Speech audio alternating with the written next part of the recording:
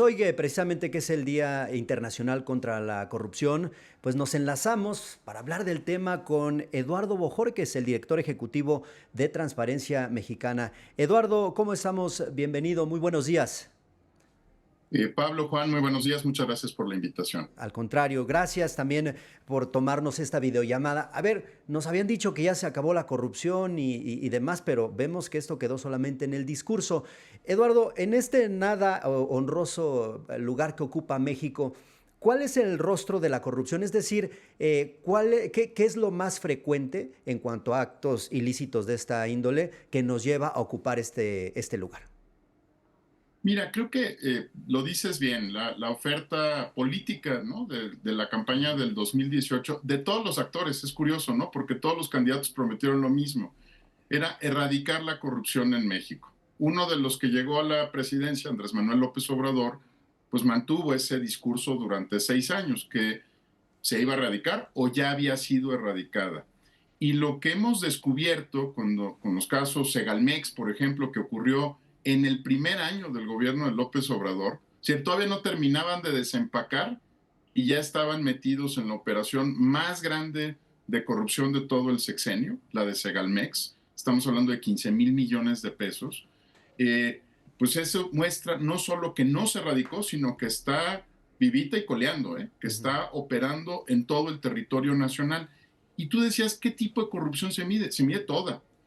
Hay las mediciones del INEGI que tienen que ver con la corrupción que pagan los hogares, hay la corrupción de la que estamos hablando ahorita, que se llama gran corrupción, ¿no? Que es la corrupción de los casos que involucran a las instancias del Estado, y hay megacorrupción. Déjame poner un ejemplo reciente.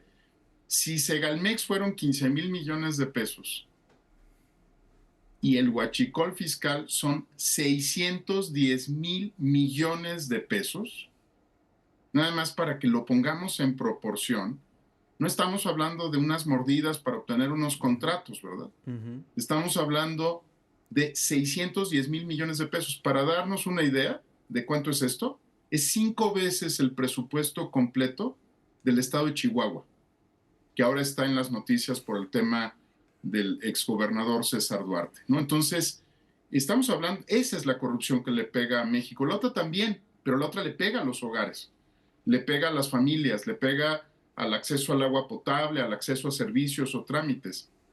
Pero es esta la que hace que a nivel internacional México siga viéndose como un país donde no puedes hacer negocios con el gobierno, donde no puedes operar sin participar de extorsión, corrupción o tener que sobornar a funcionarios para obtener un contrato en petróleos mexicanos o en cualquier otra área del gobierno. Eduardo, en varios casos recientes se ha señalado que las instituciones que están encargadas de procurar justicia en nuestro país, tanto pues la Fiscalía General de la República como las fiscalías estatales, ministerios públicos, etcétera, pues podrían estar siendo utilizadas políticamente o actuando con criterios discrecionales. Y eso parece ser, ¿no? A la vista de prácticamente todos. ¿Qué mecanismos institucionales urgentes debería adoptar México para asegurar que denuncias de cualquier naturaleza, y hablando en particular de corrupción, se investiguen con independencia?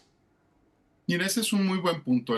Empezando la administración de López Obrador, un grupo de organizaciones sociales que estábamos agrupados alrededor de una consigna, queríamos una fiscalía que sirva, nos sentamos con el gobierno de López Obrador, nos sentamos con los legisladores que ya tenían mayoría en el Congreso y les propusimos no una, sino un conjunto de acciones específicas para evitar justamente eso, que las fiscalías se pusieran al servicio o del mejor postor, el que tiene más dinero y puede comprar un fiscal, o de intereses políticos que son distintos al interés público, al interés de todas las personas que habitamos este país.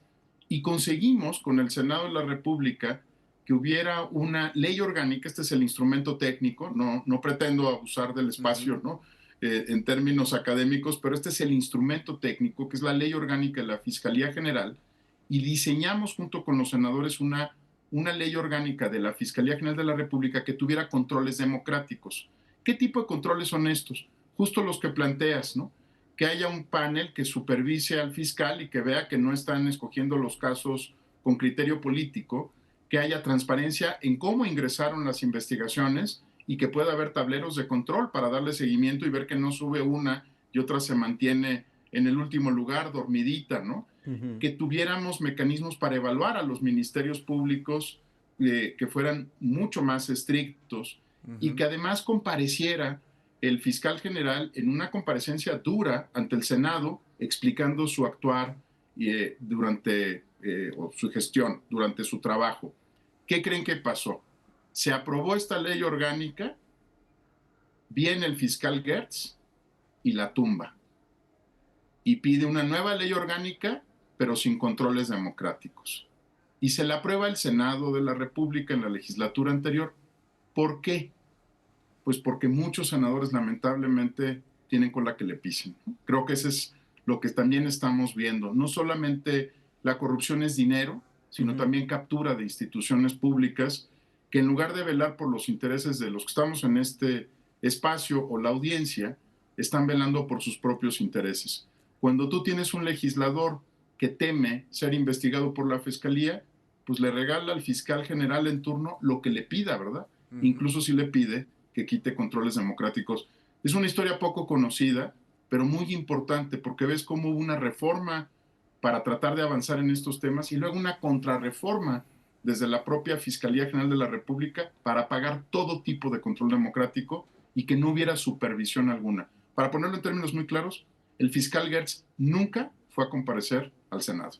Nunca pasó por un proceso de rendición de cuentas. Nos quedamos como periodistas incluso pues de asistir a alguna conferencia de medios donde se le pudiera preguntar, tampoco se dio, Eduardo. Ahora, hablando de reformas contra reformas, por si faltara un ingrediente, pues nos endosaron al nuevo Poder Judicial, que yo no sé, en este mapa, en esta búsqueda de mecanismos para combatir la corrupción, pues de qué manera podrá colocarse, si a favor o en contra. Ya sé lo que me vas a responder, pero te hago la pregunta.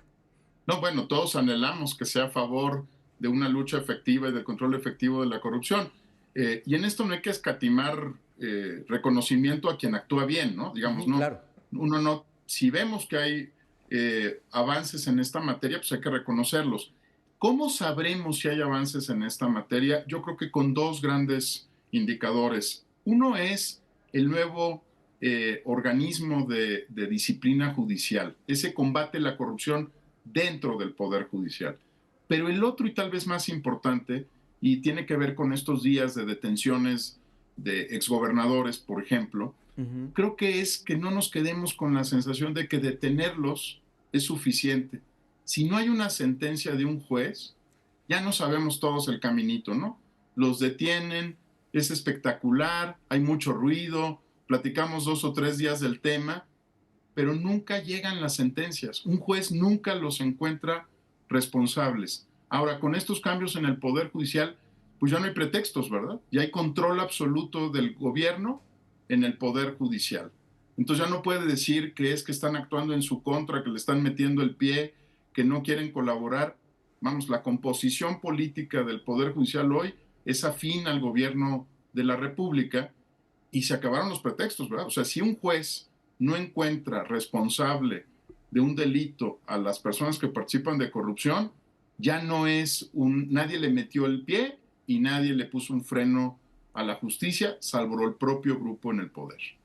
Y creo que esto que comentas, digamos, Eduardo, y bueno, lo que todos esperamos como mexicanos es que sean buenos jueces y que impartan la justicia como se debe, pero gran parte de la problemática, y no sé cómo la veas tú, es que hemos normalizado a la corrupción en nuestro país. Todos los mexicanos, ¿y a qué me refiero? Desde actos de corrupción de gran escala hasta el hecho de darle la mordida a un policía, hasta el hecho de tengo un problema con, digamos, en mi colonia y viene la alcaldía y le doy un dinero. O sea, se ha normalizado la corrupción y ese es un gran problema en nuestro país y es por esto que vamos de mal en peor. Sí, coincido. Mira, la propia clase política le gusta normalizar la corrupción porque se ve menos de la que ellos participan, ¿no? Te acordarás que el expresidente López Portillo le encantaba decir que la corrupción éramos todos, ¿no? Porque era la mejor manera de ocultar su corrupción en medio de la aparente corrupción de una sociedad. Déjame ser muy claro, no hay nada típico en nuestros genes, no hay un problema cultural en México que traigamos arraigada la corrupción cuando nacemos, ¿no? Y nos ponen un ropón de corrupción. Es algo que la clase política ha permitido y que fomenta esta normalización. Por eso vemos en las campañas que se acusan unos a otros de ser corruptos, ¿no? Claro. Porque entonces gane quien gane, gana un corrupto, ¿no? Todos lo hemos visto, ¿eh? Candidato tras candidato acusa al otro, entonces todos son corruptos y entonces ya no puedes diferenciar quién está haciendo bien su trabajo y quién no lo está haciendo bien. Creo que tocas un tema también crucial. Le toca a la sociedad desnormalizar el tema de la corrupción, porque no es lo mismo que una mamá en una zona serrana pague una mordida para que llegue el agua que desviar 610,000 millones de pesos de ingresos públicos, ¿verdad? No, es decir, los dos pueden ser delitos, pero con uno le aventamos todo el aparato del Estado, ¿no? A las familias, a los que están abajo, pero a los de arriba no los tocamos. Entonces, aparejado con la normalización de la corrupción hay una profunda desigualdad.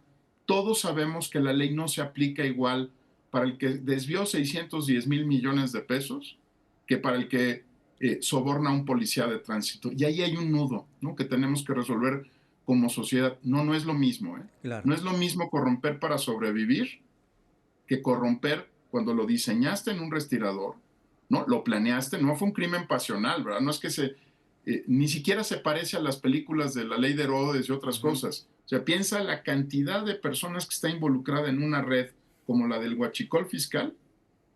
Son ingenieros, contadores, auditores, abogados, ¿no? Aduaneros, notarios. Es decir, no es lo mismo. Y creo que ahí tenemos que hacer una distinción.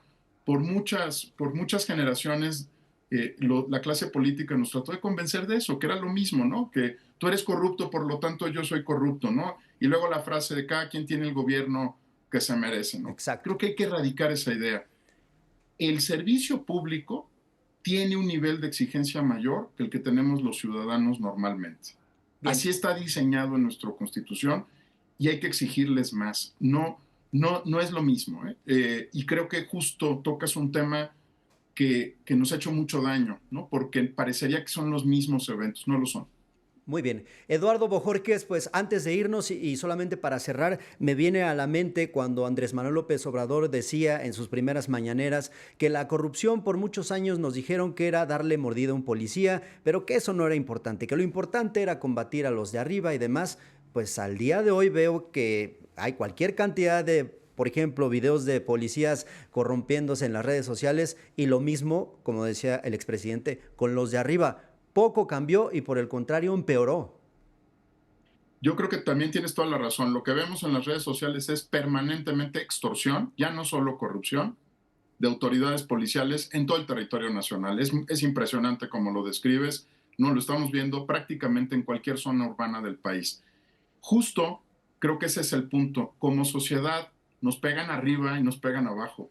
O sea, nos roban desde el presupuesto público y luego todavía nos pasan la charola o nos enfrentan la charola, ¿no? Para extorsionarnos abajo. Creo que ese es justo uno de los temas que tenemos que considerar. Y, por cierto, esa pequeña corrupción resulta ser grande, ¿no? Porque esos policías le reportan a alguien, van alimentando la cadenita y resultan ser cifras mucho más considerables. Pues agradecemos muchísimo esta conversación, Eduardo Bojorquez, director ejecutivo de Transparencia Mexicana. Que tengas un excelente día y ojalá podamos seguir platicando de estos temas tan importantes. Estoy muy agradecido por la invitación y que tengan un espléndido día. Gracias Eduardo Bojorquez,